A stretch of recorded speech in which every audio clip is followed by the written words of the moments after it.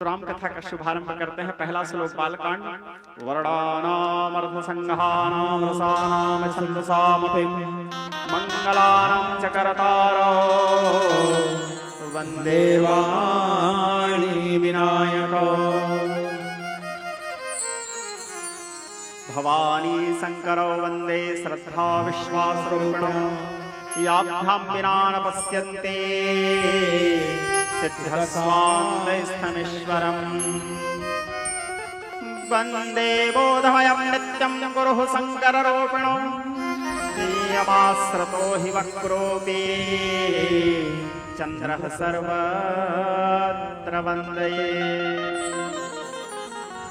बाबा तुलसीदास जी गणेश जी के वर्ण के अक्षरों के समूह के माता पार्वती के और भोले बाबा के वंदना किए। इसके बाद रघुनाथ जी के माँ जानकी के वंदना किए, कपीश्वर हनुमान जी के वंदना किए, कवीश्वर वाल्मीकि जी की वंदना किए और फिर तुलसीदास जी माता सीता के वंदना करते हुए कहे उद्भवस्थिति संहार कारणिम क्लेशहारणिम सीता जी की वंदना किए। फिर गोस्वामी जी लिखते हैं नाना पुराण निगमागम सम्मतम। ये जो रामचरितमानस है सभी वेद शास्त्र पुराण उपनिषद सभी का सार है।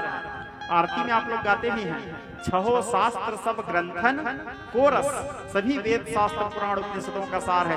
आप कोई भी पुराण पढ़ो, चाहे भागवत पढ़ो, देवी भागवत पढ़ो, शिव पुराण पढ़ो, हर पुराण के बाद कहीं ना कहीं आके रामचरितमानस में आपको मिलेगा ही। ये रामचरितमानस की विशेषता है। रामचरितमानस हर पुराण का निचोड़ है, हर पुराण का सार है। जैसे दूध का सार क्या है? दही। दही का सार क्या है? मक्खन। मक्खन का सार क्या है? आखिर में घी। ठीक उसी प्रकार वेदों का सार पुराण, पुराणों का सार उपनिषद, उपनिषदों का सार शास्त्र और आखिरी में सभी शास्त्रों का सार है छहो शास्त्र सब ग्रंथन को रस मानस। क्योंकि मानस जो है नाम से ही स्पष्ट है, शिव जी के मन है, के मन से उत्पन्न हुआ है। निकला महेश के महान मंजु मानस से ऋषि मुनियों की हुई धन्य चेतना हरा। भगवान महादेव के हृदय पटल से निकला हुआ है, शिव जी के हृदय से निकला हुआ है यह पावन गाथा। तुलसीदास जी फिर कहे स्वान्तस्य सुखाय तुलसी रघुनाथ गाथा भाषा निबद्ध मंजलमाप्नोति। ये राम कथा मैं अपने आत्म सुख के लिए वर्णन कर रहा हूँ। तुलसीदास जी नहीं बोले कि आपके लिए या मेरे लिए वर्णन कर रहे हैं। क्या बोले वो? स्वान्तस्य सुखाय तुलसी रघुनाथ गाथा। मैं अपने आत्म सुख के लिए वर्णन कर रहा हूँ। हाँ, चाहो तो तुम लोग भी इसको पढ़ के सुन के संसार रूपी सागर से पार हो सकते हो, लेकिन मैं इसको अपने आत्म सुख के लिए स्वान्तस्य सुखाय तुलसी रघुनाथ गाथा भाषा निबद्ध मंजलमाप्नोति इस कथा इस प्रकार शब्दों के प्रयोग करते हुए मानस में वंदना काल आरंभ किए। ऐसे मानस में तो वंदना इतना लंबा है, श्रोता समाज आप लोग तो रामचरितमानस पढ़े होंगे, है ना? इतना लंबा वंदना है कि यदि मैं केवल वंदना करूं तो 7 दिन केवल वंदना में ही खत्म हो जाएगा। बालकांड में इतने वंदना किए हैं तुलसीदास जी, आप लोग कभी पढ़िएगा। इतना लंबा वंदना किए हैं, इतने लोगों की वंदना किए हैं कि यदि केवल वंदना ही वर्णन करूं तो 7 दिन केवल वंदना में ही 1 महीना पूरा सावन निकल जाता है, वंदना खत्म नहीं होता। जब सावन में हम लोग रामायण पढ़ते हैं तो 5 रोज पढ़ते हैं, ठीक है? तो इतने लंबा वंदना किए हैं, तो सभी वंदना को संक्षिप्त करते हुए सार गर्भित रूप से एक ही 2 भाव में जो सुमिरत सिद्ध होय। मानस के पहला सोरठा है जो सुमिरत सिद्ध होय गणनायक करिवर गगन करऊं अनुग्रह सोय बुद्धिराज सुभगुण सदन। गणेश जी की वंदना किए, भगवान की वंदना किए। सारे संसार में सीता राम के निवास जान करके सारे संसार को एक साथ प्रणाम करते हुए गुरु चरणों की वंदना किए। अब उसके बाद मानस शुभारंभ, अब सीधा कथा आरंभ करते हैं, ठीक है? सादर शिवहिनाई महिमा था, सादर शिवहिनाई महिमा था, वर्णिव सदर रघुपति गुण गाथा। भगवान महादेव के चरणारविंद की वंदना किए और वंदना करने के पश्चात मानस की कथा आरंभ करते हैं। मैं जब भी राम कथा वर्णन करता हूँ आप लोग सुनते हैं तो कहाँ से कथा आरंभ करता हूँ?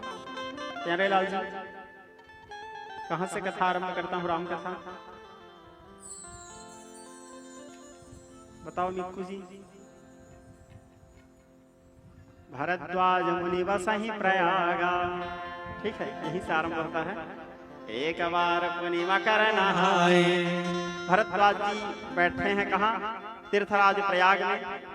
वहां याज्ञवल्क्य जी के चरणारविंद की वंदना किए। यहीं से रामकथा हर बार शुभारंभ करता हूँ, लेकिन इस बार आपके गांव में एक अलग जगह से रामकथा शुभारंभ करता हूँ।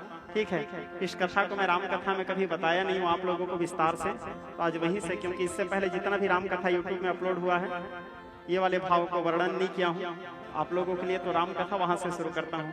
तो हम लोग याज्ञवल्क्य भरद्वाज संवाद से रामकथा शुरू करते थे, है ना, हर बार। इस बार काकभुसुंडी और गरुड़ संवाद से रामकथा शुरू करते हैं। कहां से? काकभुसुंडी जी और गरुड़ जी के संवाद से। काकभुसुंडी जी क्योंकि मेरे को क्या है बड़ा प्रिय है, और अभी का जो स्थिति है थोड़ा काकभुसुंडी जी और अच्छा लगता है, तो काकभुसुंडी जी के और गरुड़ जी के संवाद वर्णन करता हूँ आपको, वहीं से रामकथा शुभारंभ करता हूँ। एक समय की बात है, राम रावण युद्ध चल रहा था। एक समय की बात है, राम रावण युद्ध चल रहा था। युद्ध करते करते करते करते राम जी बंधन में बंध गए। राम जी बंधन में बंध गए। अब बंधन में बंध करके नागपाश में, सोचो, जो सहस्त्र फणा वाले शेषनाग के गोद में शयन करते हैं वो भगवान, जो सारे संसार को बंधन मुक्त करते हैं। विष्णु सहस्त्र नाम के पहला श्लोक कहता है, यस्य स्मरणमात्रेण जन्म संसार बंधनात् विमुच्यते नमस्तस्मै विष्णवे प्रभ विष्णवे। जिसके नाम स्मरण करने मात्र से मनुष्य आवागमन के बंधन से मुक्त हो जाते हैं। जासु नाम सुमिरत एक बारा, उतारहि नर भव सिंधु अपारा। जिसके नाम को एक बार स्मरण करने मात्र से मनुष्य भव बंधन से मुक्त हो जाते हैं, वो परमात्मा राम बंधन में बंध गए थे। भव बंधन ते छूटहि नर जपि जा करना, अखर बनि साचर बांधे प्याल पात सोई राम। जिसके नाम से मनुष्य भाव बंधन से मुक्त हो जाते हैं वो परमात्मा बंधन में बंध गए। तो भगवान जब बंधन में बंध गए नागपाश में, तो देवता लोग क्या किए, गरुड़ जी को भेजे। गरुड़ जी से आरंभ करते हैं, ठीक है। देवता लोग किनको भेजे? गरुड़ जी आए भगवान के बंधन मुक्त करने के लिए। भगवान को नागपाश से मुक्ति किए, और नागपाश से मुक्त करने के बाद फिर गरुड़ जी के मन में संदेह उत्पन्न हो गया। क्या संदेह? क्या सही में ये भगवान है? अपने ही जिसके सामने में गरुड़ जी सदैव हाथ जोड़ करके खड़े रहते हैं, उन्हीं के लिए गरुड़ जी के मन में संदेह हो गया, क्या ये सही में भगवान है? यदि ये भगवान है तो ये बंधन में कैसे बंध गए? मैं नहीं मानता ये भगवान है। शंका हुआ बेचारे के मन में। अब भगवान के जो माया है ना श्रोता समाज, भगवान के 3 प्रकार के माया है, सृजन मोहन योग माया, वैष्णवी माया और शांभवी माया। आप लोगों को मैं इसका कई बार विस्तार से व्याख्या किया भी हूँ। तो भगवान की उस माया में भी, और भगवान के माया में कौन मोहित नहीं हुआ है श्रोता समाज? सबको एक ना एक दिन फंसना पड़ा है। भगवान सबको फंसाए हैं अपने माया में। नारद का गर्व मिटाया था तुम विश्व मोहिनी दिखलाए, शंकर अज मोहित कर डाले तब बचे कौन नर बतलाए। जब नारद जी नहीं बचे अखंड ब्रह्मचारी उनके माया से, स्वयं भगवान शंकर नहीं बचे उनके माया से, तो फिर बाकी के तो बात छोड़ दो आप। तो बेचारे आज गरुड़ जी का पारी आया था, गरुड़ जी फंस गए। गरुड़ जी के मन में संदेह उत्पन्न हुआ, सही में ये भगवान है? ब्रह्मा जी के पास गए। ब्रह्मा जी को जाके पूछे, परम पिता कृपा करके बताइए क्या सही में भगवान है? यदि वो भगवान है तो बंधन में कैसे बंध गए? और मैं इतना पावरफुल हूं, उनको बंधन मुक्त करवाया।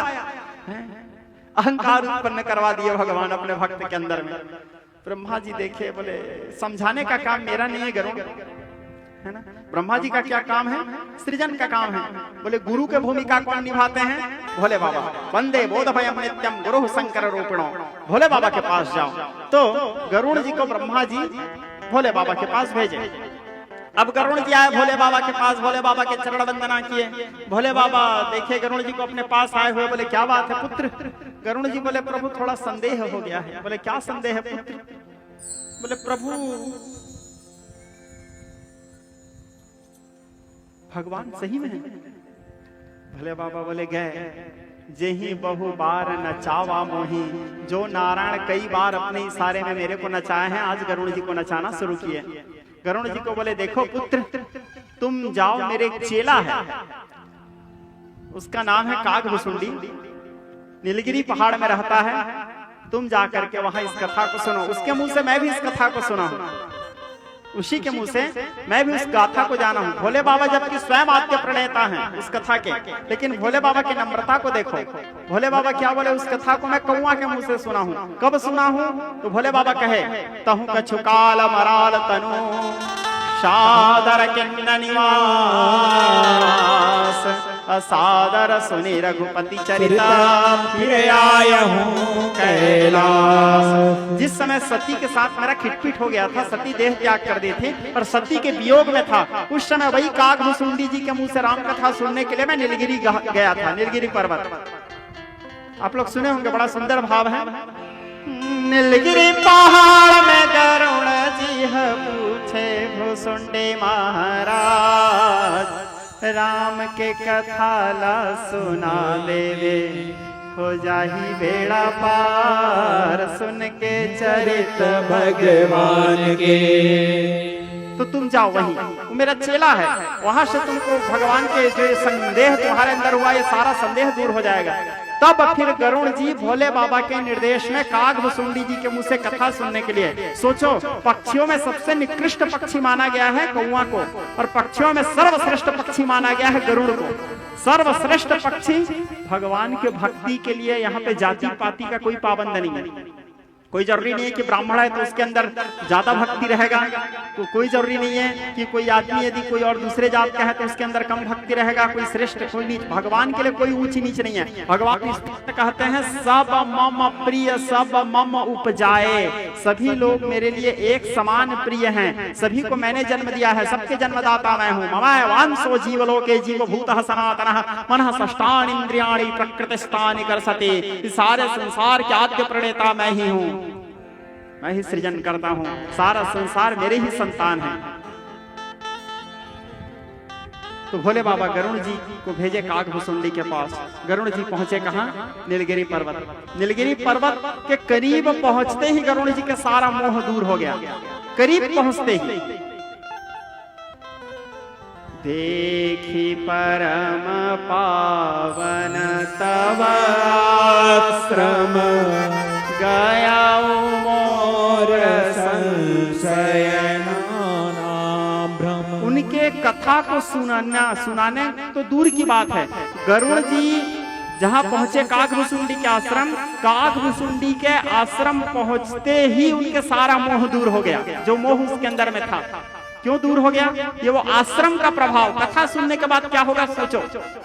कथा सुनाने से पहले गरुड़ जी को देखे नहीं है, वो गरुड़ जी कागभुसुंडी को देखे नहीं है, उससे पहले उनके आश्रम को देखने मात्र से गयो मोर संशय नाना भ्रम, उनके सारा भ्रम दूर हो गया। फिर आश्रम पहुंचे, कागभुसुंडी जी से मिले। बहुत सारे पक्षी लोग बैठे हुए थे। कागभुसुंडी जी व्यासपीठ में मंचस्थ है, कौवा के देह धारण करके राम कथा आरंभ है, चल रहा है राम कथा।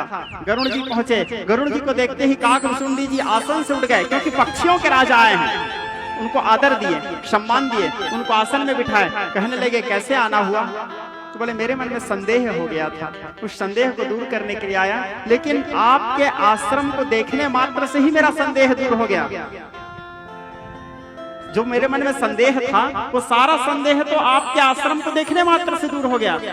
सो अब कृपा करके सादरता तो सुनावहु मोहि, बार बार विनवहु प्रभु तोहि, सुनत गरुड़ के गिरा विनीता, सरल सप्रेम सुखद सुपुनीता, भयहु तासु मन परम उछाहा, लाग कहे रघुपति गुण गाहा।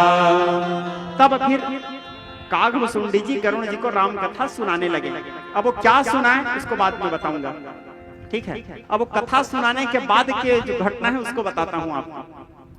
पूरा कथा सुनाने के बाद कागभुसुंडी जी से गरुड़ जी पूछे कि हे कागभुसुंडी जी, आप तो पक्षियों में कौवा, इतना विचित्र राम कथा का ज्ञान आपको मिला कैसे? हैं? मैं भोले बाबा के पास गया था तो पता चला भोले बाबा भी आपके मुंह से राम कथा सुनने आए थे। मैं भोले बाबा की, गरुड़ जी पूछे पूरा कथा सुनने के बाद, जब उनका सारा संदेह दूर हो गया, बोले राम कथा का ज्ञान, ये दुर्लभ ज्ञान आपको कैसे मिला? और जिसके मुंह से राम कथा सुनने स्वयं भोले बाबा आए थे, मेरे को बताया वो आपके मुंह से राम कथा सुने हैं। वो आदि वक्ता जिसके मुंह से कथा सुने हैं, तो आप कितने सुंदर कथा कहते हो, आपको ये राम कथा मिला कैसे, कहां से मिला? उस बात को कृपा करके मुझे बताओ। तब फिर कागभूषुंडी जी कहने लगे, गरुण जी कलयुग की घटना है, कलयुग लगा हुआ था, मैं अवधपुरी में निवास करता था, मैं अयोध्या में रहता था, अयोध्या में मेरा जन्म हुआ था। कलयुग की बात है, जिस समय कलयुग में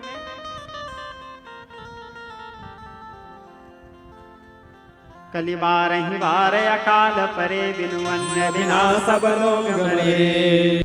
जिस समय बार बार अकाल हो रहा था कलयुग में, बिना अन्न के सब लोग मर रहे थे।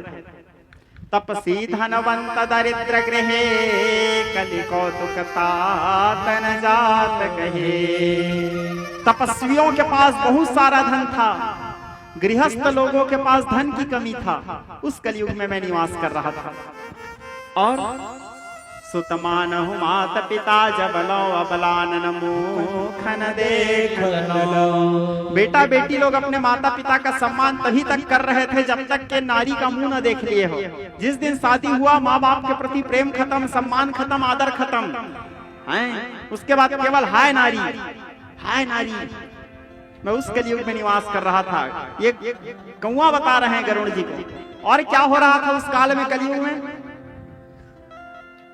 विधवन के श्रृंगार नवीना सौभागिनी आभूषणहीना। विधवा लोग भांति भांति के श्रृंगार करते थे, और जो सुहागन स्त्रियां थे उनको श्रृंगार करने में शर्म आता था, वो श्रृंगार नहीं करते थे। और विधवा भांति भांति के श्रृंगार करते थे। मैं उस कलयुग में निवास कर रहा था। धन धन कलिजुग महाराज तेरी लीला जब दिखाई है। उल्टा चलन चला दुनिया में सबकी मति मोराई है। ब्राह्मण का पहचान केवल मात्र जनेऊ रह जाता है। मैं उस कलयुग में निवास कर रहा था। तो बोले उस कलयुग में निवास करते रहे थे, उससे आगे क्या हुआ, राम कथा कहाँ से मिला, मैं ये पूछ रहा हूँ आपको। गरुड़ जी फिर बोले, तो बोले उसी बात को बता रहा था। उस कलयुग में मैं निवास कर रहा था, और निवास करते समय मेरे मन में इच्छा हुआ कि मैं गुरु बनाऊं। मेरे मन में इच्छा हुआ कि मैं गुरु बनाऊं और भगवत भक्ति प्राप्त करूं। तो मैं जा करके गुरु बनाया एक सदाचारी ब्राह्मण को। और गुरु बनाने के बाद अपने गुरु जी के चरणों की सेवा करता था। धीरे से मेरे मन में मेरे गुरु के प्रति द्वेष उत्पन्न हो गया। धीरे से मेरे मन में मेरे गुरु के प्रति द्वेष उत्पन्न हो गया, क्योंकि मैं जगह जगह सत्संग में जाता था, संतों की वाणी सुनता था, कथा सुनता था, कथा श्रवण करता था यत्र तत्र, क्योंकि अयोध्या में भी रहता था तो सभी जगहों के ज्ञान को सुनता था। तो मेरे को अपने आप में ये लगने लगा कि मैं अपने गुरु से ज्यादा बड़ा ज्ञानी हूँ।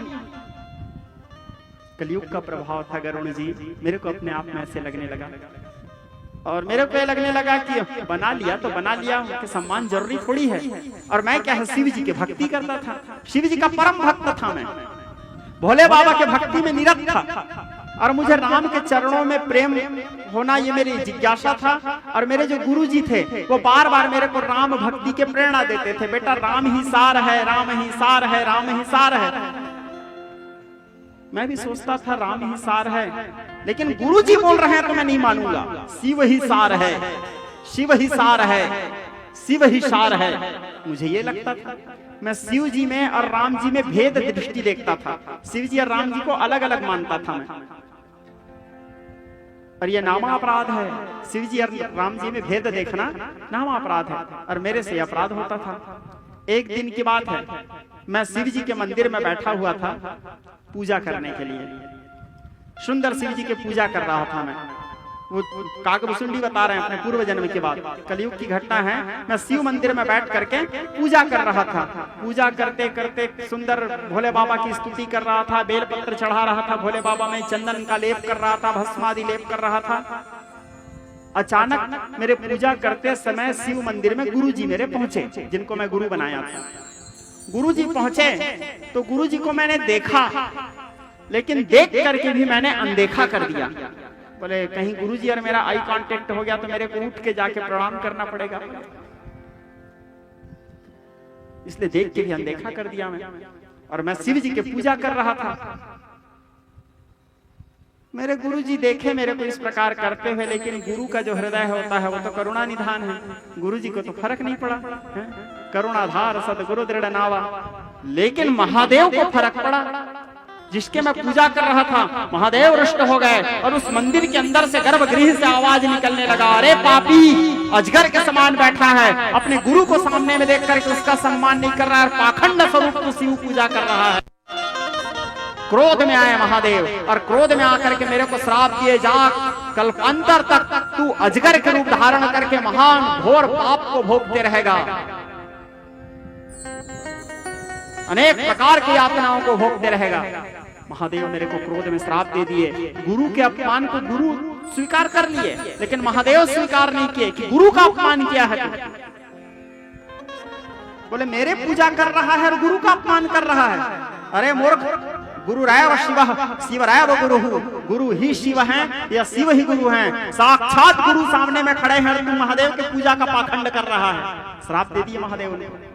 जब श्राप दिए तो लेकिन उनके गुरु जो थे वो बड़े कृपालु थे, तब फिर उनके गुरु महाराज महादेव के प्रार्थना करने लगे अपने शिष्य के लिए, ताकि महादेव प्रसन्न होकर के मेरे शिष्य के गलती को क्षमा कर दें। और उनके गुरु जी प्रार्थना करते हैं। आप लोगों को एक बात बताऊं,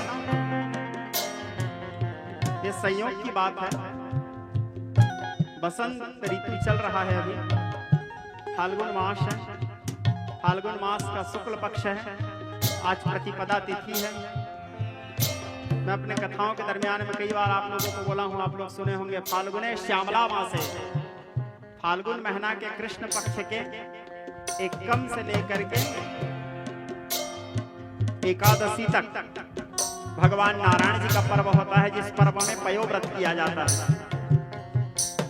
भगवान को पुत्र रूप में यदि कोई प्राप्त करना चाहे तो उस पुत्र रूप में प्राप्त करने वाला जो व्रत है उसको कहा जाता है पयोव्रत। जिस व्रत को कश्यप ऋषि की पत्नी माता अदिति की थी और बामन को पुत्र के रूप में प्राप्त की थी। बलि बामन कथा में भागवत में आता है कथा, यह भागवत जी का श्लोक है। फाल्गुन श्यामला मास है, तो फाल्गुन महीना बसंत ऋतु के अंतर्गत फाल्गुन महीना के कृष्ण पक्ष के एकम से लेकर एकादशी तक नारायण जी का पर्व है।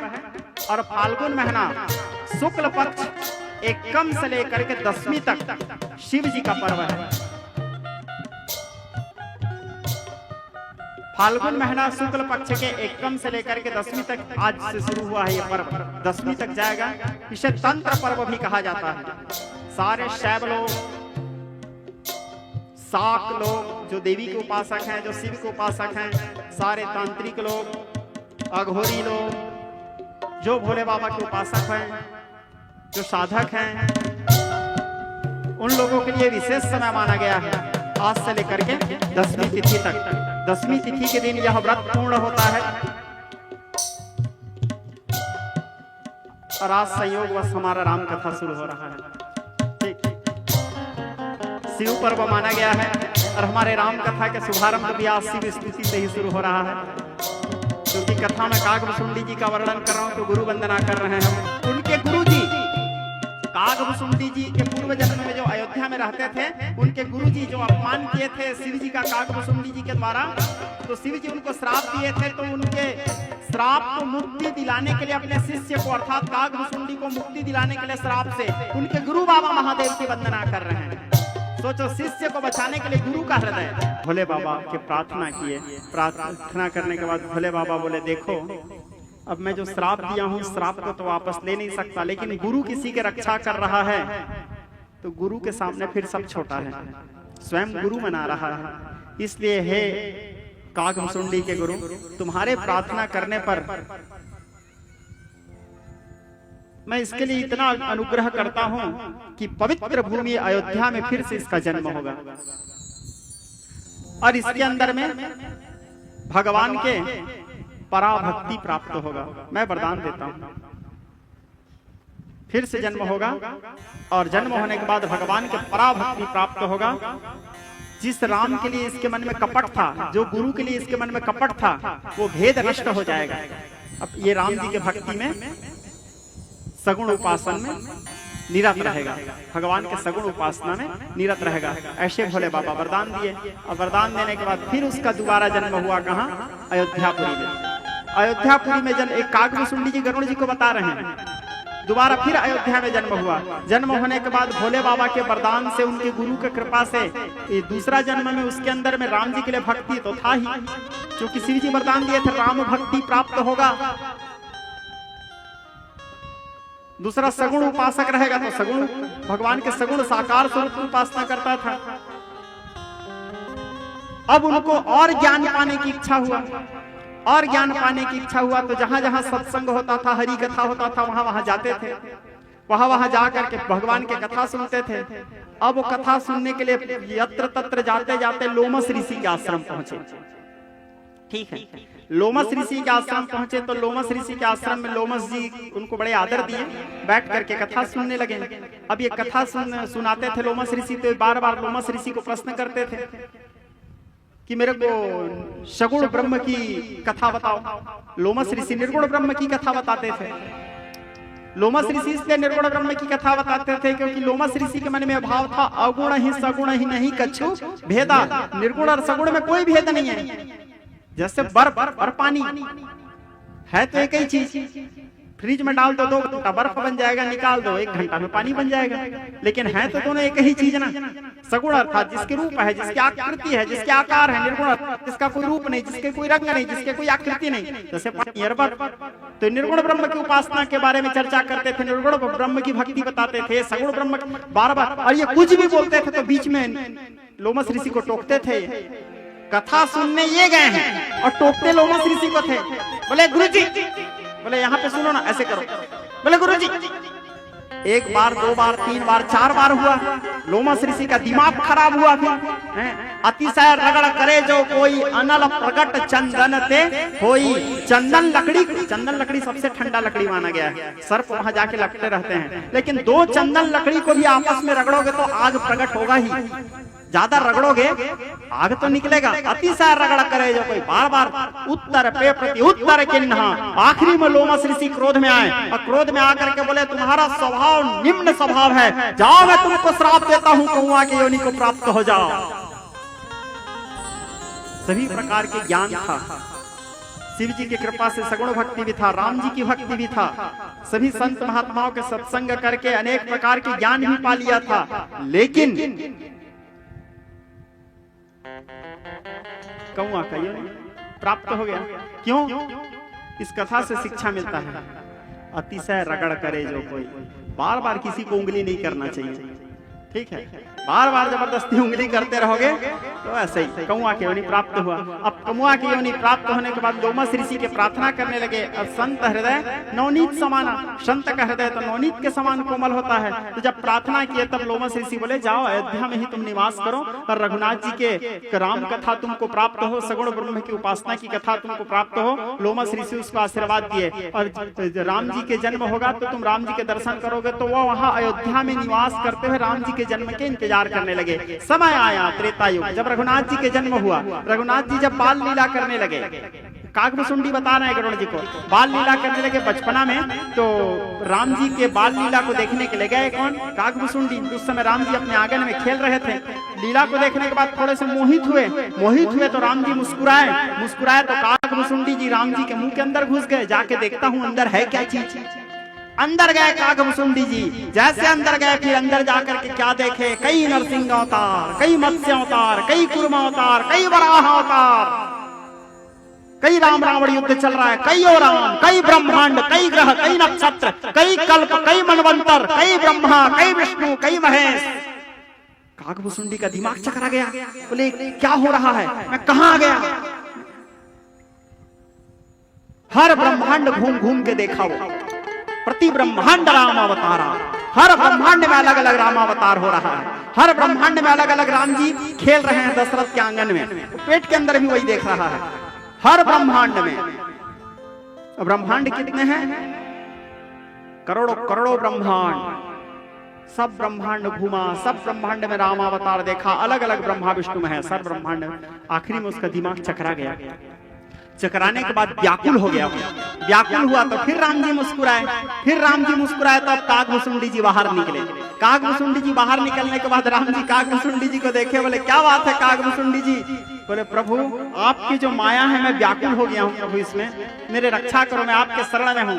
तब फिर राम जी कहने लगे कागभुसुंडी जी से, कहूँ तेरे ऊपर प्रसन्न हूँ, जो चाहे मांग ले, अष्ट सिद्धि नौ निधि संपत्ति धन वैभव जो चाहिए मांग ले। कौआ लेकिन बड़ा चालाक था, हैं?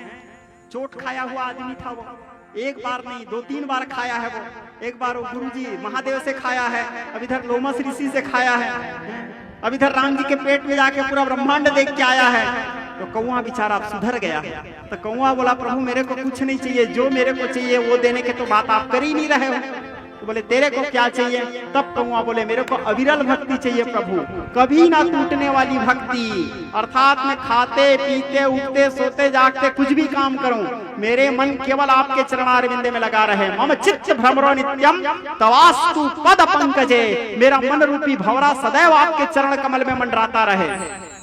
तब फिर राम जी उसको वरदान दिए, बोले जा मैं तेरे को आशीर्वाद देता हूँ, तेरे को संपूर्ण राम कथा का ज्ञान हो, शिव और राम के प्रति जो तेरे मन में भेद था वो सारा भेद नष्ट हो जाए, और जा जा करके तू नीलगिरी पर्वत में निवास कर। तू जहाँ रहेगा मेरा आशीर्वाद है, तू जहाँ रहेगा वहाँ योजन भर में माया और मोह व्याप्त नहीं होगा तेरे रहने मात्र से। तेरे को माया और मोह होना तो दूर की बात, तू जहाँ रहेगा वो पूरा क्षेत्र माया मोह से मुक्त रहेगा। और कोई यदि भूले भटके वहां पहुंच गए तो वो पहुंचने वाला व्यक्ति भी मोह से मुक्त हो जाएगा। राम जी आशीर्वाद दिए। अब वो आए और आकर के फिर नीलगिरी पर्वत में निवास करने लगे। ये शिव जी की कृपा है, ये गुरु की कृपा है, ये लोमस ऋषि की कृपा है। इन सब की कृपा प्राप्त करके आखिरी में राम कृपा प्राप्ति किए थे। इसी बात को गरुड़ जी को बताया, गरुड़ जी इतना भटका हुआ हूं मैं राम कथा को पाने के लिए। तब बोले तो फिर अब कृपा करके सादर तात सुनावहु मोहि, बार बार बिनवहु प्रभु तोहि, सुनत करुण के गिरा विनीता, सरल सप्रेम सुखद सुपुनीता। आप कृपा करके मेरे को राम कथा सुनाइए। तब फिर कागभुसुंडी जी गरुड़ जी से कहने लगे, हे गरुड़ जी ये जो राम कथा है पतित पावनी है, इसके आद्य प्रणेता भगवान महादेव हैं, शिव जी के मन से निकला हुआ है ये। आज जैसे संदेह करके तुम आए थे मेरे पास, ऐसे ही संदेह माता पार्वती के मन में भी हुआ था, ये माता सती के भी मन में हुआ था। और सती के संदेह को दूर करने के लिए भोले बाबा उनको कुंभज ऋषि के आश्रम ले गए थे। वहां जाके और संदेह बढ़ गया, मरना पड़ा, पार्वती के रूप लेके आना पड़ा, फिर पार्वती के रूप लेके आई, फिर संदेह हुआ। तब फिर आखिरी उसके संदेह को दूर करने के लिए स्वयं महादेव उसको राम कथा सुनाए थे, जो आज मैं तुमको सुनाने जा रहा हूं। तो फिर गरुड़ जी बोले कृपा करके मुझे ये बताइए, माता पार्वती तो आदि शक्ति है, माँ भवानी है वो, भला आदि शक्ति के मन में कैसे संदेह हुआ राम कथा को लेके? तो कागभुसुंडी जी बोले तुम भी तो गरुड़ हो, भगवान को सदैव अपने पीठ में रखते हो, भगवान को कहीं भी जाना है तो तुम्हारे ही पीठ में बैठ के जाते हैं, फिर भी तेरे मन में संदेह हुआ नहीं। भगवान जब अपने माया प्रहार करते हैं तो वो ये नहीं देखते कौन है, सबको एक पलड़े में तोलते हैं भगवान। वैसे ही माता सती के मन में, माता पार्वती के मन में संदेह हुआ था। गरुड़ जी बेचारा बोले कृपा करके मुझे बताइए ना कि माता पार्वती के मन में कैसे संदेह हुआ, कब हुआ, और भोले बाबा उनको राम कथा कब सुनाए, कैसे सुनाए, कृपा करके बताइए। तब फिर गरुड़ जी के पूछने पर कागभुसुंडी जी कहने लगे, एक समय की बात है, एक बार त्रेता युग माही, त्रेता युग की बात है, भोले बाबा माता सती को साथ में लेके गए कुंभज ऋषि के आश्रम कथा सुनने। ध्यान से सुनना कथा। ये वाला जो प्रसंग है बेटा, मैं खुद नहीं जानता इस प्रसंग से मेरा क्या संबंध है, लेकिन घूम फिर के प्रसंग हर बार मेरे जीवन में आता है। जब भी राम कथा करने बैठो पहला दिन का कथा ये, भागवत कथा करने बैठो ये कथा आएगा ही, देवी भागवत करने बैठो ये कथा आता ही है, विष्णु पुराण करने बैठो ये कथा आता है। अभी मैं गीता रामायण पढ़ता था तो शिवरात्रि के एक दिन पहले मानस और गीता दोनों कंप्लीट हुआ राम जी की कृपा से। पहली बार रामचरितमानस पूरा पढ़ा ठीक है, तो कंप्लीट हुआ। तो एक दिन पहले बोले नारायण जी के चरणों में समर्पित किया। उसका तुम्हारी बहन को बोला कि अब आगे कौन सा पुराण पढ़ूं, तुम्हारा क्या इच्छा है बोला। तो आँख बंद करके वहाँ सब पुराण में से हाँ की उंगली रखी, निकाली तो स्कंद पुराण निकला। मैं बोला चलो, अब मैं कभी सोचा नहीं था स्कंद पुराण पढ़ूंगा, उसको निकाली। चलो तो बोला पढ़ा, स्कंद पुराण खोलता हूँ तो स्कंद पुराण में पहला कथा शुरू यही से होता है, सती कैसे देह त्याग की। ठीक है, स्कंद पुराण का पहला चैप्टर है। स्कंद पुराण के पहला अध्याय पहला चैप्टर कथा आता है, सती कैसे देह त्याग की। यही कथा घूम फिर के फिर आया। बोला चलो जय श्री राम शुरू करते हैं। बोला तो एक बार त्रेता युग माही, त्रेता युग की बात है। शंभु गए कुंभज ऋषि पाही, भगवान शंकर कुंभज ऋषि के आश्रम गए। क्यों? कथा सुनने। साथ में किसको ले गए? एक बार, एक समय की बात है। दूसरा आज एक बात बता रहा हूं, उस बात को 7 दिन तक के एकदम दिमाग में बिठा के रखना। ये बात बार बार 7 दिन तक आएगा। पूरे रामचरितमानस भर में जहां पे भी एक बार शब्द आया है, वहां से कोई ना कोई विशेष कथा आरंभ हुआ है, कोई ना कोई मानस का टर्निंग पॉइंट शुरू हुआ है। आप लोग मानस में देखना, जहां पे भी एक बार शब्द आया है, वहां से कोई ना कोई मानस का टर्निंग पॉइंट शुरू हुआ है। जैसे कि एग्जांपल 2-4 समझाता हूं आपको। ये कथा कहां से शुरू हुआ? माता सती के देह त्याग करने की कथा। मानस का मेन कथा है ये। एक बार शब्द से, एक बार त्रेता युग माही। ठीक, विश्व मोहिनी स्वयंवर की कथा कहां से शुरू हुआ? एक बार नारद कर बीना। एक बार शब्द से। गावत हरि गुण गान प्रवीणा। ओ जयंत के आंख फोड़े थे भगवान, वो कथा कहां से शुरू हुआ? एक बार चुनी कुसुम सुहाई, निज कर भूषण राम बनाई, सीता ही पहिराए सादर बैठे फटिक शिला पर सुंदर। यहाँ से कथा शुरू हुआ। राम जी के वनवास जाने की कथा कहां से शुरू हुआ? एक बार भूपति मन माही, भय गलानी मोरे सुत नाही। एक बार।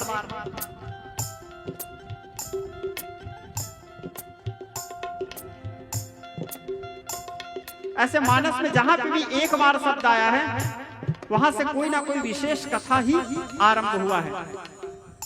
आगे बहुत से बताऊंगा इन सभी चीजों के बारे में। तो एक बार त्रेता युग की बात, भोले बाबा गए साथ में किनको लेके? जगत जननी को। जगत जननी 3 पद को लेके गई है। सती, जगत जननी, भवानी 3 पद के साथ गई है। नारी है, थोड़ा सा ताम झाम रहेगा तो 3 पद के साथ गई है, सती, जगत जननी, भवानी। और भोले बाबा बड़े सरल, एक ही पद में गए हैं। शंभु गए कुंभज ऋषि पाही। जैसे कुंभज ऋषि के आश्रम में पहुंचे, कुंभज ऋषि देखते भोले बाबा को गदगद हो गए। बोले ओहो, आज साक्षात सर्वेश्वर भगवान महादेव शंभ सदाशिव मेरे द्वार में आए हैं कथा सुनने। अपने आसन से खड़े हो गए। भोले बाबा बोले बैठो बैठो। बोले हम सुनाने नहीं, सुनने आए हैं। अब उनके सामने बेचारा कुंभज जी का मुंह खुले कैसे? आद्य प्रणेता है, गागर के सामने सागर पहुंचा हुआ है, तो कैसे भला बोले?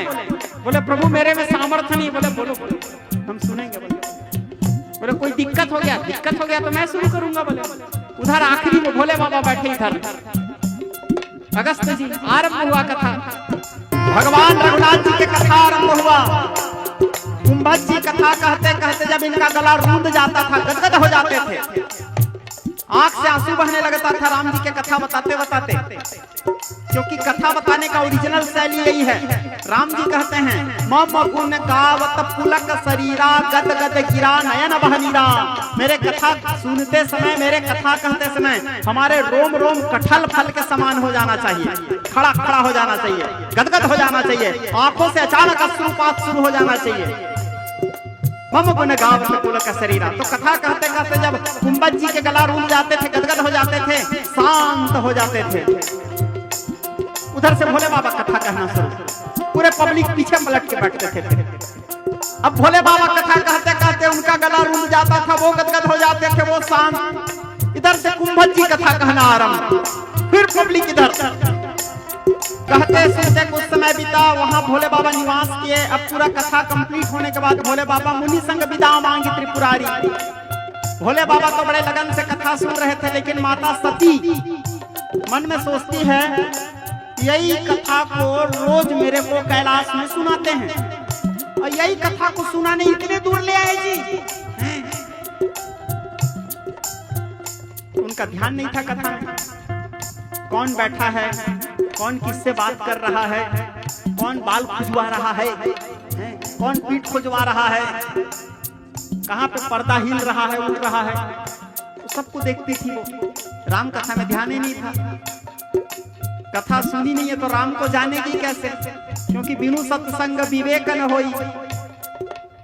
कथा को ध्यान से नहीं सुनी तो माता के तीनों पद खत्म। मुनि से विदा मांग करके चले अगले चौपाई में गोस्वामी जी लिख रहे हैं, कागभूषुंडी जी बता रहे हैं गरुड़ जी को, मुनि से विदा लेकर के गए। देखो आते समय चौपाई में क्या लिखे थे, संग सती जग जननी भवानी, 3 पद के साथ आई थी माता, और जा कौन रही है, दक्ष कुमारी। अब ना वो सती है, ना जग जननी, ना भवानी, दक्ष नाम अहंकार की बेटी जा रही है।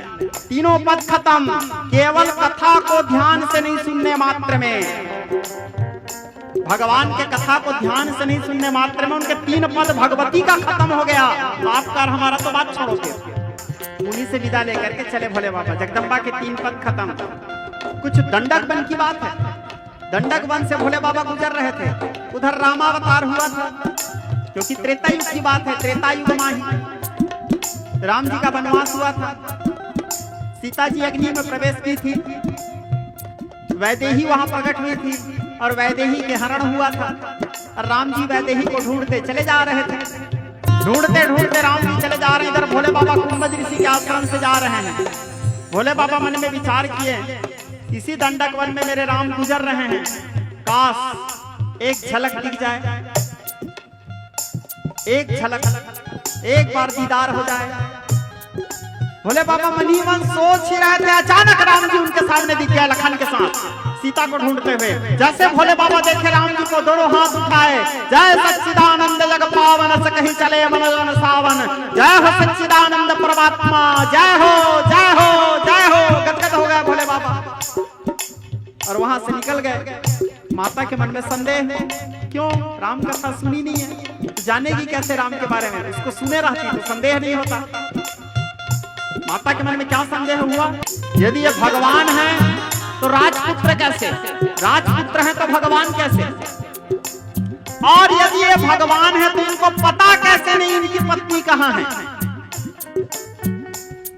भोले बाबा तो बोले सही में भगवान है ये। भोले बाबा बोले हाँ सती, ये वो ब्रह्म है, सच्चिदानंद परमात्मा, जो कैलाश में बैठ करके दिन भर में राम राम राम राम करता हूं, ये वही राम है। माता बोलती है मैं नहीं मानती। बोले हैं जी, बोले मैं नहीं मानती। बोले हैं जी, बोले मैं नहीं मानती। बोले जाओ परीक्षा लो। तेरे मन में इतना ही संदेह हो रहा है मेरे राम को लेके, तो जाके परीक्षा लेके देख ले, पता चल जाएगा भगवान है कि नहीं है। माता बोली हाँ ये ठीक ठीक, परीक्षा लेती है। और माता परीक्षा लेने के लिए क्या की, पुनि पुनि हृदय विचार करी, धरी सीता कर रूप, सीता जी के रूप धारण की, और सीता जी के रूप धारण करके राम जी के पास आ गई। राम जी के ब्रह्म के पास मायापति के पास माया दिखा रही है। माया, अरे माया कौन है, सो दासी रघुवीर की, उनकी दासी है। क्या करोगे, कई बार ब्रह्म के ऊपर भी माया हावी होने की कोशिश करता है, हैं? तो यहाँ कोशिश कर रही है माया ब्रह्म के ऊपर। तो राम जी के पास आ गए, लेकिन ब्रह्म तो ब्रह्म है। राम जी तुरंत, यद्यपि वो सीता के रूप में है, लेकिन राम जी बोले माँ विपिन अकेली फिर ही कही है, तो जंगल में अकेली कैसी घूम रहे हो माँ, मेरे प्रभु भगवान केतु कहाँ है। माता घबरा गई, बोले अरे ये तो पहचान गए हमको। लज्जित हो गई माता, अपने वास्तविक स्वरूप में आई। वास्तविक स्वरूप में आने का राम जी बोले तुम हमको क्या माया दिखा रहे थे माते, अब हम आपको माया दिखाते हैं। बोले अब राम जी अपने माया को दिखाए। जब राम जी अपने माया के विस्तार किए, चारों तरफ राम दिखने लगे, राम सीताराम सीताराम सीताराम सीताराम। राम ही राम दिखे चाहूं और, जब चारों तरफ राम जी दिखने लगे, माता सती व्याकुल हो गई, भीत भीत प्रकंपा, कांप गई। बोले मैं शंकर कहाँ न माना, भगवान शंकर मेरे को समझाए थे, मेरे मति में क्या बैठ गया था जो मैं उनके बात नहीं मानी। बोले मैं भगवान की परीक्षा ले डाली, अब यहाँ से जाऊं कैसे, मैं तो फंस गई। माता आंख बंद की, महादेव के ध्यान करने लगी। भोले बाबा के जब प्रार्थना किए, राम जी तुरंत अपने माया को समेट लिए। जब प्रार्थना किए तो माया को समेटने के बाद माता सती वहां से गई भोले बाबा के पास। भोले बाबा पूछे, सती तुमने मेरे प्रभु का परीक्षा ले लिया? माता झूठ बोल दी भोले बाबा से।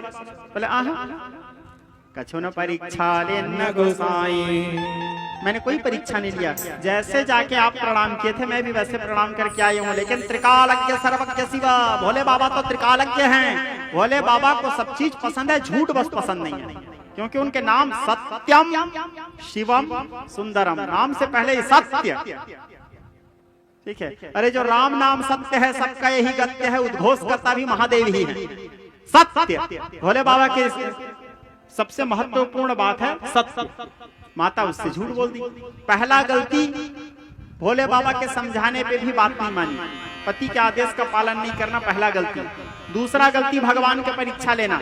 तीसरा गलती, अब भोले बाबा पूछ रहे हैं तो कम से कम सही सही बता देती। बोले गलती हो गया प्रभु, आप बोले मैं नहीं मान पाई। फिर आके झूठ बोली। एक झूठ को छुपाने के लिए आदमी झूठ पे झूठ बोलता है। बोला कोई परीक्षा नहीं ली, जैसे आप प्रणाम करके आया वैसे मैं। लेकिन भोले बाबा समझ गए। भोले बाबा क्या किए, मन में विचार किए। बोले जो मैं करो सती सन प्रीति मिटाए धर्म पथ हो या अनीति। सीता मेरी माँ है और सती मेरे माँ के रूप को धारण की है। अब मैं सती के साथ कैसे प्रेम कर सकता हूँ? अब मैं सती को अपने वाम भाग में कैसे बिठा सकता हूँ? शिव समको रघुपति व्रतधारी बिनुअग तजेम सती असनारी। सती जैसे नारी का त्याग कर दिया भगवान महादेव। सती को अपने मुंह से बताए नहीं कि मैं तुम्हारा त्याग कर चुका हूँ, बोले नहीं महादेव, लेकिन अपने मन में ठान लिए कि बोले आज के बाद इस देह का मिलन सती के साथ नहीं होगा। मन में ठान लिए, उनको बताए नहीं भोले बाबा, मन में ठान लिए कि हठ योगी है महादेव। लेकिन सती को त्याग करना भी तो छोटा मोटा बात नहीं था ना। सती से तो महादेव बहुत प्रेम करते थे। तो सती के वियोग में भोले बाबा व्याकुल हो गए, नेत्र बंद किए। नेत्र बंद किए तो उनको समाधि लग गया। बैठी समाधि, अखंड पारा, अखंड समाधि लग गया भोले बाबा को। माता सती समझ गई मेरे प्रभु यद्यपि मेरे को बोले नहीं है, लेकिन मेरे प्रभु मेरा त्याग कर चुके हैं।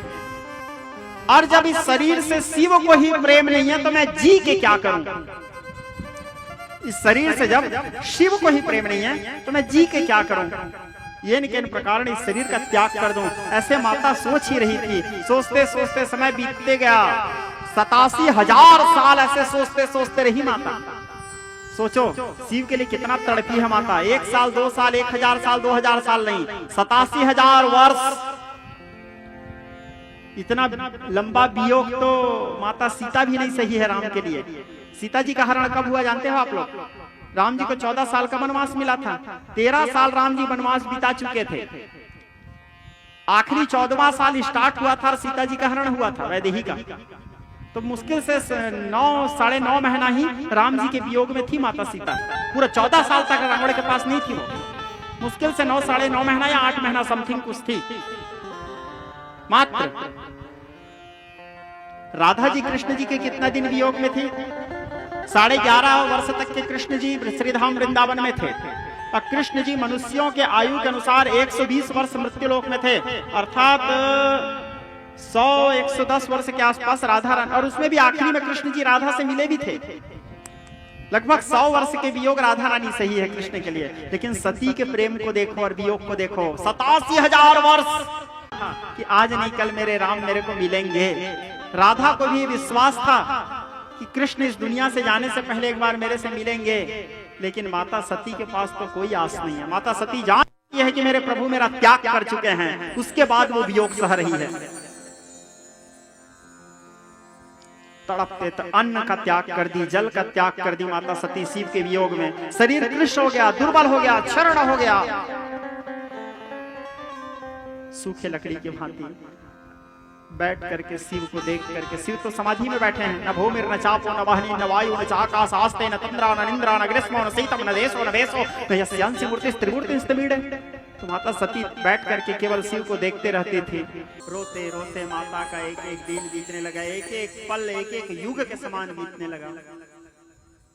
इसी बीच में काकभुसुंडी जी गरुड़ जी को बता रहे हैं कि हे गरुड़ जी, इसी बीच में दक्ष प्रजापति शिव जी को चढ़ाने के लिए एक यज्ञ किए। और उस यज्ञ में संसार के सारे देवी देवताओं को बुलाया, भोले बाबा बस को नहीं बुलाए। गरुड़ जी पूछे भोले बाबा को क्यों नहीं बुलाए? भोले बाबा तो दक्ष के दामाद हैं, अपने ही दामाद को अपने घर के इतने बड़े आयोजन में क्यों नहीं बुलाए? हे काकभुसुंडी जी कृपा करके बताओ। तब काकभुसुंडी जी कहने लगे, गरुड़ जी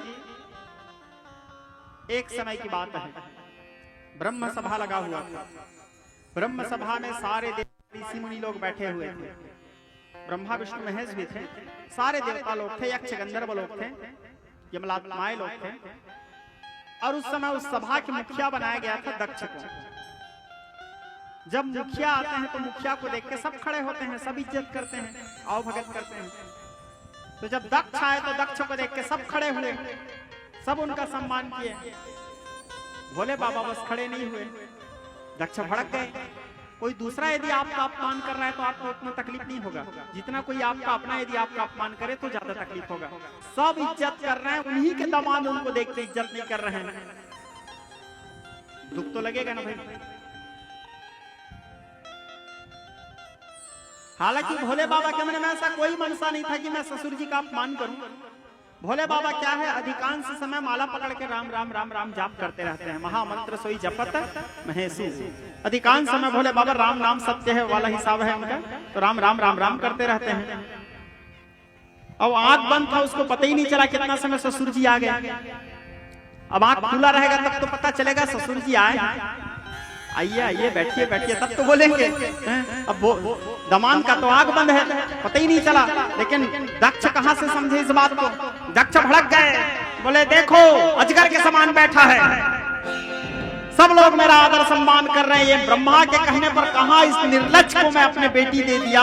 ये कपाली, ये भस्मांगी, भूत पिशाचों के साथ रहने वाला, ये भैरव जिसके रहने के लिए घर घाट का ठिकाना नहीं, खाने के लिए अन्न नहीं, पहनने के लिए वस्त्र नहीं, भूत प्रेत पिशाचों के साथ घूमने वाला, नंग धड़ंग रहने वाला, अनेक प्रकार के भोले बाबा के अपमान करने लगे। भोले बाबा बोले आंख खोले, बोले क्या हुआ?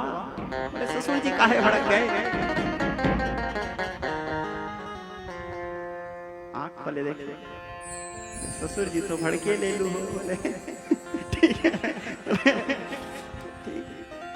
भोले बाबा को कोई फर्क नहीं पड़ा, क्योंकि भोले बाबा का तो सिद्धांत है मैं तो बैरागी हूँ, न सम्मान का मोह, न अपमान का भय, न शत्रु, न मित्र, न कोई अपना, न पराया, न संसार से कुछ लेना, न संसार को कुछ देना। पर जब कभी धर्म के नाम पे किए जाने वाला आडंबर पक्षपात का आधार बनेगा, मैं उसका विनाश अवश्य करूंगा। सीधा सा उनका सिद्धांत। भोले बाबा को कोई फर्क नहीं पड़ा, न सम्मान का मोह, न अपमान का भय। खड़े हो गए भोले बाबा, मन में सोचा इतना देर तक तो मैं शांत हूं, कहीं भड़क गया गए ससुर जी, उससे अच्छा मैं ही चला जाता हूं यहां से। बोले क्योंकि भोले बाबा जब तक शांत हैं तब तक शांत हैं, कहीं वो भड़के। अखर सर्व मंगला कला कदम्ब मंजरी रस प्रवाह माधुरे विजम्रणामधोवृतं स्मरांतकम पुरांतकम भवांतकम मखांतकम गजांतकांतकांतमंतमंतकांतकम भजे जंगवस्वसावनर्गमत समत्पुरत्कलाल व्यालहव्यमाट धिमित धिमित धिमित धिमित मृदंगतंग मंगल ध्वनिक्रम प्रवर्तत प्रचंड तांडवः शिवा। उससे अच्छा मैं चला जाता हूँ। बोले भोले बाबा जैसे जाते देखे दक्ष और भड़क गए। बोले देखो निर्लज्ज, इतना बोलने के बाद भी इसको फर्क नहीं पड़ा। आप किसी को गाली दे रहे हो और सामने वाला को फर्क नहीं पड़ेगा तो आप और भड़क जाओगे। बोले इतना बोलने के बाद भी देखो इसको फर्क नहीं पड़ रहा है। भोले बाबा के अनेक प्रकार से अपमान किए, लेकिन भोले बाबा निर्वैर शांति विग्रहम। दक्ष को देखे, बोले तेरा कल्याण हो दक्ष, और वहां से चले गए। ओंकारेश्वर त्रयंबकेश्वर जय शिव शंकर हरे वीरत्सु पति सुपूजितम मंत्र साधनम अरिष्टहरणम मेघतयंक शुभा। भोले बाबा वहां से चले गए। जाने के बाद भोले बाबा को तो फर्क नहीं पड़ा, लेकिन नंदी को तो फर्क पड़ेगा ना, उनके भक्त हैं। आप जैसे कि मेरे को गाली दोगे तो मेरे को फर्क नहीं पड़ेगा, लेकिन ओम प्रकाश को तो फर्क पड़ेगा। आपने हमारे गुरु जी को गाली दिए हैं तो भोले बाबा को कोई फर्क नहीं पड़ा, लेकिन नंदी को तो फर्क पड़ेगा, उनके भक्त हैं, उनके शिष्य हैं। नंदी क्रोध में आया, बोले मूढ़ दक्ष, तू पद के अभिमान में इतना गर्वित हो चुका है कि तुझे उचित और अनुचित का भी बोध नहीं है। तू मेरे प्रभु का अपमान कर रहा है। तूने कहा कि महादेव को यज्ञ में भाग नहीं दिया जाएगा। अरे मूर्ख, सोम यज्ञ सहस्राणि वाजपेय शतानि च कोटि कन्या महादानम एक बिल्वम शिवार्पणम। करोड़ों करोड़ों यज्ञ का फल तो एक बेल पत्ता शिव जी में चढ़ाने मात्र से मिल जाता है, तो उसको यज्ञ में भाग नहीं दे रहा है। पुराण पुरुषोत्तम है, वेदांत वेद्य निर्वेद्य है वो। तेरा विनाश करीब आ चुका है दक्ष, जा तेरा शीघ्र विनाश हो। इस प्रकार कह के नंदी वहां से चले गए। इसी चीड़ को निकालने के लिए दक्ष यज्ञ में सबको बुलाया, महादेव को नहीं बुलाया। गरुड़ जी पूछे थे ना क्यों नहीं बुलाया, बोले इसीलिए नहीं बुलाया। अब सब लोग अपने अपने विमान में उड़ उड़ के जा रहे थे। माता सती देखी, शिव तो समाधि में बैठे हैं, तो सब जा रहे हैं। सती के दो सहेली, एक का नाम है जया, एक का नाम है विजया, स्कंद पुराण के अनुसार, है ना। सती के दो सहेली, एक का नाम है जया, एक का नाम है विजया। तो सती विजया से कही, विजया वो चंद्रमा कहाँ जा रहे हैं उसको पूछो तो, रोहिणी और रेवती को साथ में लेके। तो विजया आकर के चंद्रमा से पूछती है कहाँ जा रहे हो आप, सज धज के, अपने दोनों मेहरियाओं को साथ में लेके। चंद्रमा बोले ससुर जी, चंद्रमा के भी ससुर हैं दक्ष, बोले ससुर जी के यहाँ यज्ञ हो रहा है, बहुत बड़ा यज्ञ, हम वहां जा रहे हैं। ठीक। विजया आकर के सती से बताई कि सती तुम्हारे पिता के यहाँ बहुत बड़ा आयोजन हुआ है, सब लोग वहीं जा रहे हैं। सती को बड़ा दुख हुआ, बोले क्यों पिताजी ऐसे किए? कभी ये समय था कि मैं पिताजी के सारे पुत्रियों में सबसे प्रिय पुत्री थी, आज पिताजी मुझे ही नहीं बुलाए। अरे मुझे नहीं बुलाए कोई बात नहीं, कम से कम अपने दामाद को तो सम्मान दे देते। मैं आज जा करके महादेव से पूछूंगी कि मेरे पिताजी ऐसे क्यों करते हैं। महादेव के करीब आई, संयोग बस तुलसीदास जी लिखते हैं चौपाई में, बोले बीते संवत असहस सतासे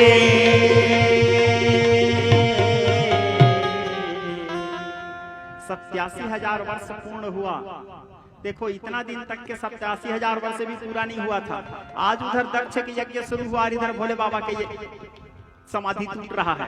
ये समाधि नहीं टूट रहा है, दक्ष के तकदीर टूट रहा है। भोले बाबा नेत्र खोले, जगदम्बा उनके चरणारविंद मुकरंद की वंदना की।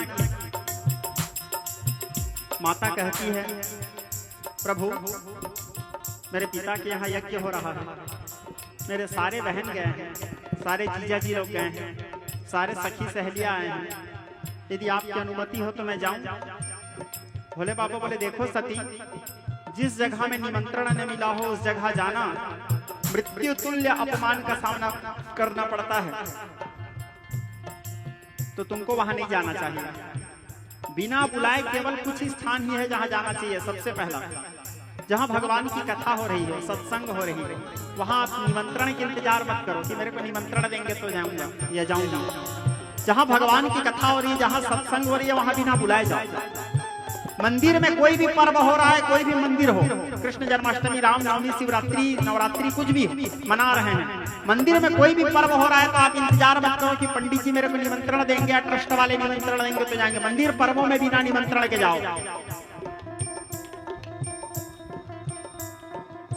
और गुरु के घर बिना बुलाए जाना चाहिए, और खास करके ससुराल बिना बुलाए नहीं जाना चाहिए। ठीक है, अब बिना बुलाए ऐसे कहीं नहीं जाना चाहिए, और जिस जगह में सम्मान न हो वहां नहीं जाना चाहिए। तो बोले एक तो मैं जमाता हूँ, दमान हूँ, वहां मेरे को निमंत्रण नहीं मिला है, जाना उचित नहीं। और जहां मेरे को निमंत्रण नहीं मिला है वहां तुम जाओगे तो वो तुम्हारे लिए भी उचित नहीं है। इसलिए हे देवी मेरे बात मानो, तुम भी मत जाओ। माता हट करती है, हट की तो भोले बाबा विचार किए, बोले जाओ तुम्हारा कल्याण हो।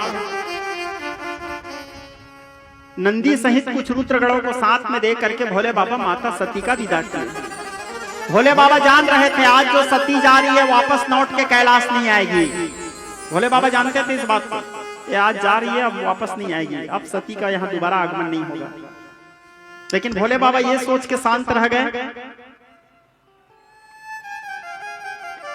हरि इच्छा भावी बलवाना, हृदय विचार को शंभु सुजाना। ये जो कुछ हो रहा है मेरे नारायण की इच्छा से हो रहा है। राम करन चाहन सोई होई, करे अन्यथा अस नहीं कोई। जो हो रहा है मेरे राम की इच्छा से हो रहा है। इस प्रकार विचार करके भोले बाबा शांत एकांत मौन हो गए। माता सती जाती है, जाके देखती है यज्ञ में रुद्र भागम, भोले बाबा के लिए कोई भाग नहीं, कोई स्थान नहीं। माता क्रोध में आई, दक्ष से कहती है, मूढ़ दक्ष, तेरे जैसे शिवद्रोही के तेज से मेरा जन्म हुआ है, इसलिए तजी हो तुरंत दे ही हेतु। इस प्रकार विचार करके माता सती अपने शरीर में पंचभौतिक अग्नि का, पंचभौतिक शरीर में पंचाग्नि का वर्णन करती है। कालानग्नि, दावानग्नि, पंचाशग्नि, हुताशग्नि, होमग्नि, ब्रह्मग्नि और पंचाग्नि के वर्णन करके माता सती अपने देह का त्याग कर दी। जैसे सती देह त्याग की, जो चालाक लोग थे वो तो वहां से भाग गए। जो ज्यादा चालाक लोग थे वो लोग रुके थे। हम बोले जो होगा देख लेंगे। बोले देखोगे क्या, भोगोगे हैं, लेकिन वो देख लेंगे बोल के रुके थे। अवगम में नारद जी पहुंचे कैलाश, जा करके भोले बाबा से कहे, बाबा दक्ष के यज्ञ में माता सती देह त्याग कर दी। जैसे सुने भोले बाबा दक्ष के यज्ञ में सती देह त्याग कर दी, विचित्र तांडव नृत्य आरंभ किया भोले बाबा। जगत कवि गलत जलक प्रवाह पावित स्थले गले वलंब लंबिताम भुजंग तुंग मालिकाम डमट डमट डमट डमट डमट डमर एवं चकार चंड तांडवम तनोतु शिवः शिवम् जटा जटा सब मंडलम निर्झरी विलोल वेच वल्लरी विराजमान मूर्धनि भगत भगत भगत ज्वलल ललाट पट्ट पावके किशोर चंद्रशेखरे रति दक्षिणम मम। विचित्र तांडव आरंभ किए भोले बाबा। भोले बाबा विचित्र नृत्य किए, नाचते नाचते अपने जटाकला को उखाड़े धरती में फेंके। एक भयानक पुरुष प्रकट हुए। शूल टंक पास दंड बाण आदि मोचनम भीम विक्रमम प्रभो विचित्र तांडव प्रियम। भयानक पुरुष। भोले बाबा कहे, पुत्र तुम अत्यंत वीर हो, इसलिए सारा संसार तुमको वीरभद्र कहेंगे। वीरभद्र हाथ जोड़ के कहे, मेरे लिए आदेश पिता महाराज। बोले जा करके दक्ष यज्ञ विध्वंस करो पुत्र। बोले जो आदेश महादेव। शिव शासनतः शिव शासनतः, महादेव के अनुशासन लेकर के हाथ में खड़ग धारण किए। खड़ग और त्रिशूल लेकर के कर चरण कृतम वा काय जम कर्म जम वा श्रवण नयन जम वा मानसं वापराधम सर्वमेतम समस्वा। जय जय करुणाब्धे श्री महादेव शंभो। खड़ग खंजर लेकर के वीरभद्र यज्ञ विध्वंस करने के लिए वीरभद्र चले। जाते जाते जितने सैनिक लोग थे दक्ष के सबको खत्म किए पल भर में, और दक्ष के साथ युद्ध करते करते दक्ष के गला को मरोड़े काटे और हवन कुंड में स्वाहा, खत्म दक्ष। शिव पुराण में यह कथा विस्तार पूर्वक वर्णन है, लेकिन राम कथा में क्या है, संक्षिप्त रूप से ही वर्णन है। राम कथा में मुख्य विषय राम कथा है ना, इसलिए मैं आपको थोड़ा संक्षिप्त रूप से बता रहा हूँ। क्योंकि जब तक शिव जी का विवाह नहीं होगा तो राम कथा शुरू कैसे होगा। ठीक है, राम कथा भी शुरू नहीं हुआ है, राम कथा का भूमिका बन रहा है। ठीक है, तो क्योंकि काकभूषुंडी जी से गरुड़ जी प्रश्न किए हैं माता पार्वती के मन में कैसे संदेह हुआ, तो ये सारे कथाओं को बता रहे हैं। ऐसे ही संशय किन्न भवानी, महादेव तब कहा बखानी। तो दक्ष यज्ञ विध्वंस किए, यज्ञ विध्वंस करने के बाद वीरभद्र आए। अब बिना जजमान के यज्ञ पूरा कैसे होगा, हैं? जैसे करके भी जजमान को सुरक्षित रखना है, आचार्य का धर्म है, वो भगवान का भी धर्म है। ठीक है, अब जैसे ओम प्रकाश पूजा में बैठ गया तो 7 दिन तक के ओम प्रकाश को सुरक्षित रखना है, राम जी का भी जिम्मेदारी है। ठीक है, और मेरा भी जिम्मेदारी है, क्योंकि बिना जजमान के यज्ञ पूरा कैसे होगा, जजमान खत्म। तो यज्ञ के मेन देवता कौन है, यज्ञ नारायण। नारायण जी को चिंता हुआ, नारायण जी के समझ गए, बोले बिना भोले बाबा के यज्ञ कोई पूरा नहीं करवा सकते। सब लोग आए कैलाश, आकर के भोले बाबा के प्रार्थना करने लगे, स्तुति करने लगे। भोले बाबा के प्रार्थना किए, भोले बाबा तो हैं ही उदार, अवघड़दानी है। आए यज्ञ को पूरा करने के लिए दक्ष जीवन भर मैं करता था। बकरा करता है मैं, तो एक बकरे के सिर के कामना किए, ससुर जी के सिर में जोड़े, ज्वाइंट किए हैं। सबसे पहले प्लास्टिक सर्जरी करने वाले महादेव, सबसे पहले किसके ऊपर ट्राई किए, अपने ससुर के ऊपर ट्राई किए। उसके बाद फिर अपने बेटा के ऊपर ट्राई किए, गणेश जी के ऊपर हैं। उसके बाद फिर दुनिया में शुरू हुआ प्लास्टिक सर्जरी। ठीक है, दोनों ट्राई सक्सेसफुल रहा। तो विज्ञ स्नेही सजन दक्ष के सिर में जब बकरे के सिर जोड़े, फिर दक्ष महादेव की स्तुति करने लगे। रुद्र सप्त प्रगट देव भवान प्रयक्षन्त साक्षम। और दक्ष महादेव की प्रार्थना करते हुए कहने लगे, अग्नाविष्टो सजो ससेवा बद्धं भवंगिरः धम्नरवायभिरागतम् वाजश्चम प्रसवश्चम प्रसतिश्चम धेतिश्चम क्रतुश्चम स्वरश्चम श्रूकश्चम श्रुतिश्चम ज्योतिश्चम जग्नेन कल्पन्तं संश्चम मयश्चम प्रियञ्चम न कामश्चम कामश्चम सौवनसश्चम। भगवान महादेव की स्तुति के यज्ञ पूर्ण हुआ। फिर सती के शरीर को लेकर महादेव यत्र तत्र भटकने लगे। नारायण जी अपने चक्र से सती के एक एक अंग को काटने लगे। एक एक जगह गिरे, 52 जगह गिरे। 52 शक्तिपीठ बना। 52 शक्तिपीठ बनने के बाद माता क्रोध में देह त्याग की थी, तो हिमालय के कंदरा में जाकर भयानक रूप धारण की भगवती। काला प्रवाह कटाक्षय कुल भयदाम, और भीषण तपस्या करने लगी महादेव को पाने के लिए। तप का असर तो हो गए हैं। भोले बाबा प्रसन्न हुए, बोले इनके सामने आए, बोले क्या बात है देवी, जो इच्छा हो वर मांग लो। माता कहती है वर देना चाहते हो तो वर बन जाओ। भोले बाबा बोले लो कर लो बात। बोले तो मुश्किल है, सती के मरने के बाद तो हम सोचे नहीं थे दोबारा विवाह करेंगे, फिर तुम बोल रहे हो वर बन जाओ। करेंगे तो भी ऐसे कलवी बिलवी के साथ थोड़ी करेंगे जी। कैसे दिख रहे हो देखो ना भगवती। कोई भी चाहते हैं हमारी बाई सुंदर हो, तुम कोई देखे तो रक्त दंतिका भीषण उग्र स्वरूप खड्गम चक्र गदे सुचाप परिधान सोलम सुंडे शिरा शंखम चक्र गदस्त्रेण। तब फिर भोले बाबा को प्रसन्न करने के लिए भगवती सौम्य रूप धारण किए। मंगला गौरी भवे, मंगला जी के जब रूप धारण की भोले बाबा देखे, बोले हाँ हाँ इसी स्वरूप के साथ शादी करेंगे। माता बोली अब हम नाक वाले की बेटी बनेंगे हैं। और माता शुभ समय पा करके ते ही कारण नहीं मगिरी गृह जाए। मानस बालकांड के चौपाई में तुलसीदास जी लिख रहे हैं, ते ही कारण ही मगिरी गृह जाई जन्मे पार्वती तन पाई। शुभ समय पा करके माता हिमालय के घर में जाती है और माता पार्वती बन करके जन्म लेती है। पार्वती के रूप में अवतार लेती है भगवती। भगवती के जन्म हुआ, देवता लोग आकाश मार्ग से पुष्प वृष्टि नगाड़े दुंदुभी भेरी सहनाई बजाने लगे। जय शब्द नमः शब्द शंख शब्द तथा बचा जय जयकार ध्वनि होने लगा। सब ऋषि मुनि लोग आए, आकर के अपने अपने अनुसार माता पार्वती का नाम देने लगे। कोई बोले पर्वत की बेटी है इसलिए पार्वती, कोई बोले गिरी की बेटी है तो गिरिजा, कोई बोले इसका वर्ण अत्यंत गौर है इसलिए इसका नाम गौरी, कोई उमा, कोई अंबिका, कोई कुमुदा, कोई चंडिका, अनेक प्रकार के नाम दिए भगवती के। धीरे धीरे भगवती बड़ी होने लगी। 5 वर्ष की उम्र में आई। नारद जी आए। नारद जी के पास हिमालय अपने बेटी को लाए। नारद जी देवताओं के ऋषि है, देव ऋषि। नारद जी को बोले नारद जी मेरे बेटी के हाथ देख के बताओ ना, इसके भाग्य रेखा में इसके पति कैसे मिलेगा इसको। नारद जी उसके हाथ देखे।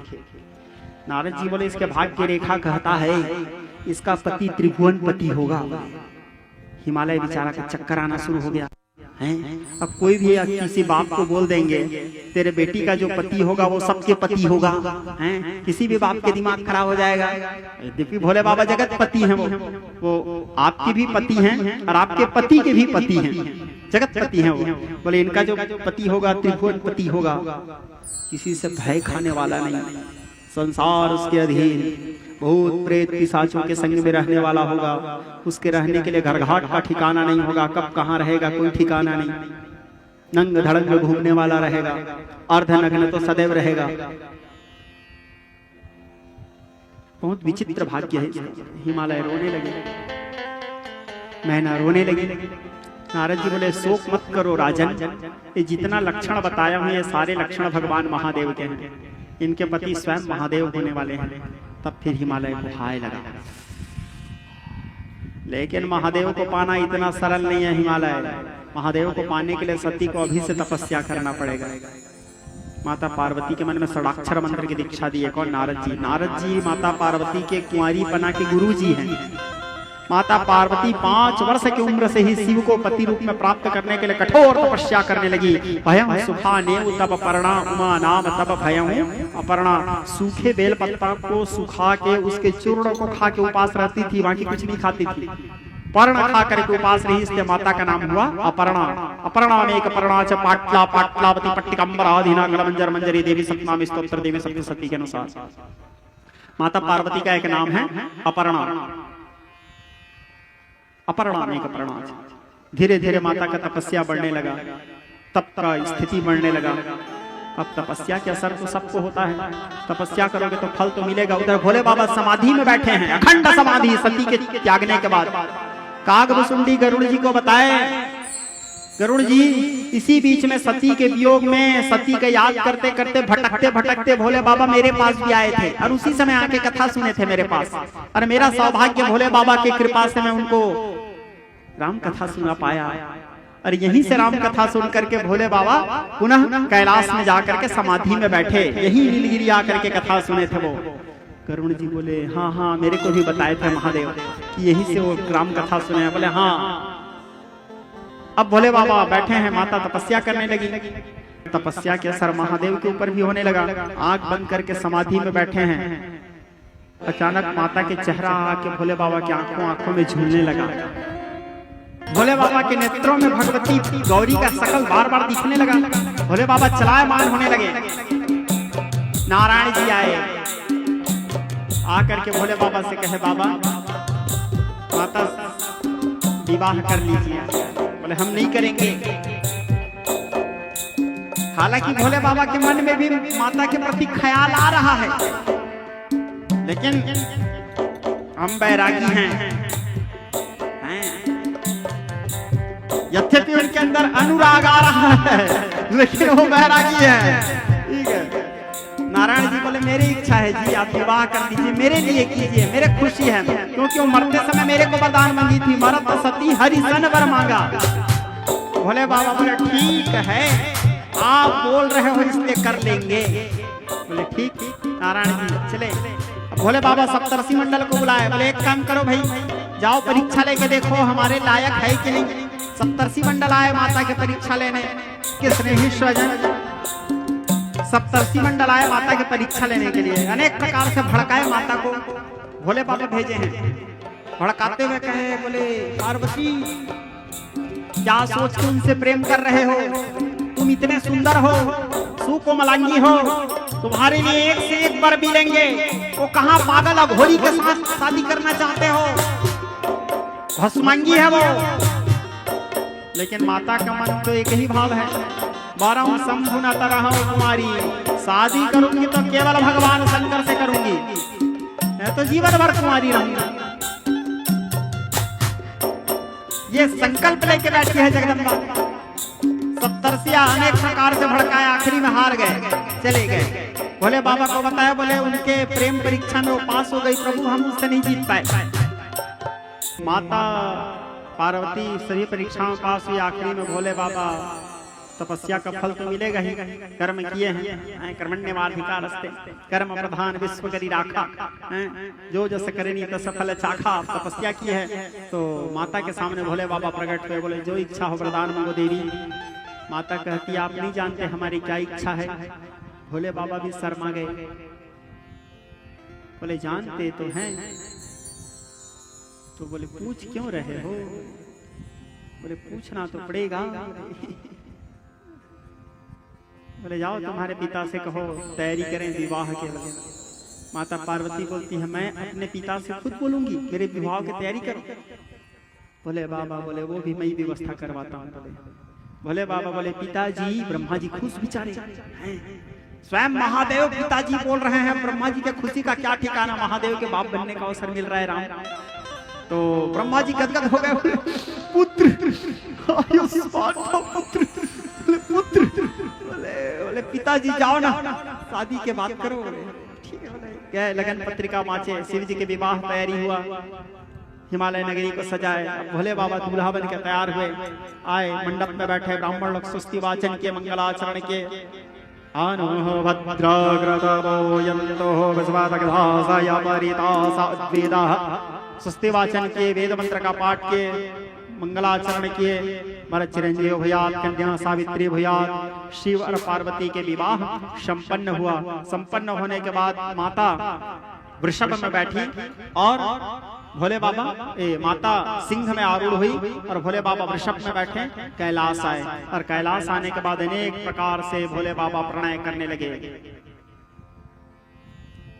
शुभ समय पा करके तब जन्मी षडवदन कुमारा, तब जन्मी षडवदन कुमारा, तारक असुर समर जन मारा। शुभ समय पा करके कुमार कार्तिकेय जी का जन्म हुआ, जिन्होंने तारकासुर नामक दैत्य का विनाश किया। इस प्रकार भोले बाबा बड़े आनंद पूर्वक कैलाश में माता पार्वती के साथ निवास करने लगे। श्री कागभूषुंडी जी गरुण जी से कहे, गरुण जी आज मैंने तुम्हारे वास्ते यहाँ तक की कथा कहा, आगे तुम्हारी क्या सुनने की इच्छा है। जय जय श्रीमद् रामचरितमानस सकल कुल विध्वंसे प्रथम दिवस विश्राम। नमः पार्वती पतये, हर हर हर महादेव शंभो। श्री जानकी वल्लभ विजयते।